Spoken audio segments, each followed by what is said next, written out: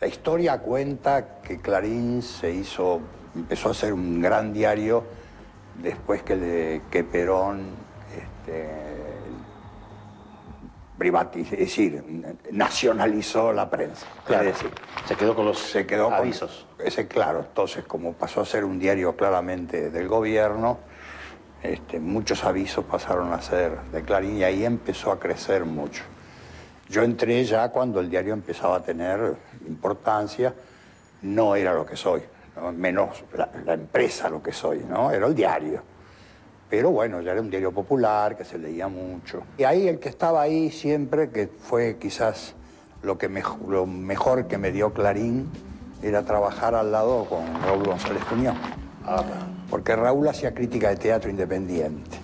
Y él iba a las mañanas a hacer la crítica. Y yo lo tenía sentado ahí, hemos charlado, no todo lo que uno quisiera, ¿no?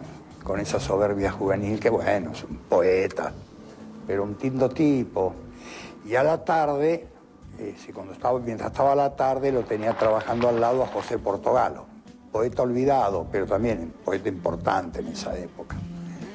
Así que lo lindo de Clarín eran los personajes y los tipos, ¿no?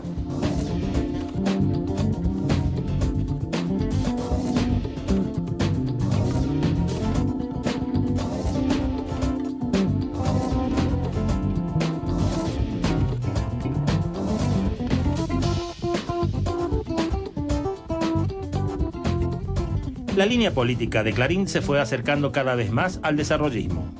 En 1958 apoyó la candidatura de Arturo Frondizi, quien les devolvió el favor en forma de préstamo para comprar rotativas.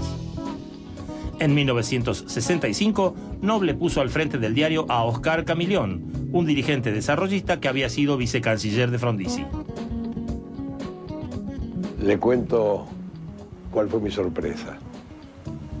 El doctor Frondizi me dijo que Roberto Noble me quería ver, ¿no? Entonces fui al despacho de Noble con la idea, porque dijo, si me llama es por alguna actividad, de que me iba a pedir alguna columna de política internacional, que era mi actividad. Entonces Noble me recibió, ni siquiera tuvimos tiempo de tomar un café porque me dijo, mire, yo ahora tengo una reunión larga, pero quiero conversar más tranquilo con usted. Así que váyase con mi secretario, que era Jorge Baeza, de una vuelta por el diario y después hablamos. Volví y me convidó con un whisky, que era una bebida que él consumía con cierta asiduidad. ¿Usted también? No, yo en general poco. ¿Pero ese whisky lo aceptó o no? Naturalmente que sí. Ah. No, es que no soy abstemio, justamente. Y para mi sorpresa me dijo Noble que me quería ofrecer la jefatura de redacción del diario. Entonces yo le dije justamente lo que usted me pregunta al comienzo. Pero mire, yo no tengo ninguna experiencia, más aún, es la primera vez que estoy en una redacción. Y entonces sorprendentemente Noble me dijo justamente por eso. Porque yo lo que necesito es que este diario, que tiene mucha tirada, se institucionalice, por así decirlo, se organice de una manera que sea coherente, que lo que dice en su página editorial esté reflejado en la página 8 y que no haga una cosa totalmente diferente. Incluso utilizó una palabra, que no haya kioscos. Y Clarín, en efecto, era un diario importante, pero no influyente en esa época. Tenía que convertirse en... Él quería ser digamos, una tribuna de doctrina a la manera de la nación, ¿no? ¿Con qué ideas? Sí, básicamente con las ideas de Noble, ¿no?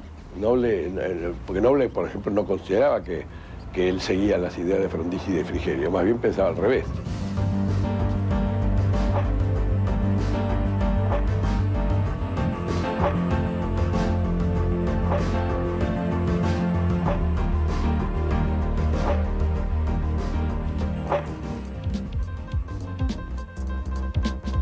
En línea con el desarrollismo, Clarín fue crítico del gobierno radical de Arturo Illia y apoyó el golpe de Estado de 1966.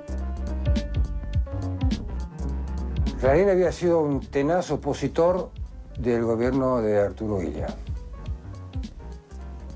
Lo había sido porque Roberto Noble estaba plenamente identificado con Frigerio y con Frondizi. Rogelio Frigerio, el brazo derecho, el intelectual, el pensador del gobierno de Arturo Frondizi.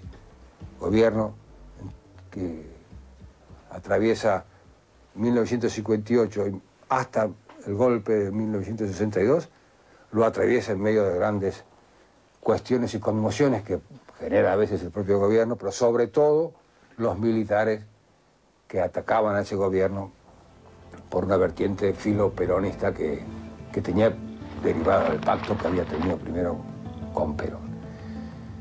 Noble era el exponente de ese pensamiento.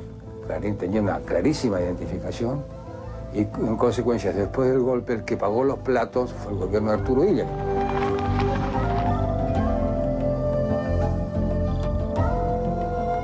La posición de Noble era la siguiente: era muy opuesto al golpe de Estado contra Illia, él personalmente, ¿no?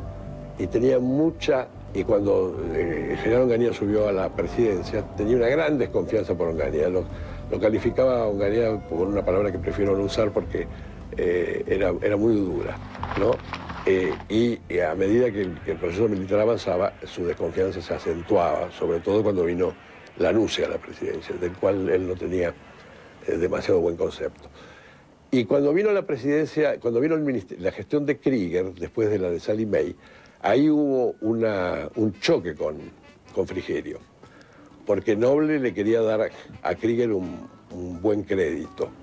Cuando se produjo la gran devaluación, Frigerio inmediatamente salió con una nota terrible del MID. La política caminó más por afuera que por adentro del diario. Por afuera, a través de Frigerio, llegarían de nuevo los entendimientos con Perón y se produciría una salida que apoyaría plenamente Clarín desde su conducción política y periodística en 1973. En 1969, luego de la muerte de Roberto Noble, el diario quedó en manos de su esposa Ernestina Herrera, una especialista en relacionarse con el poder.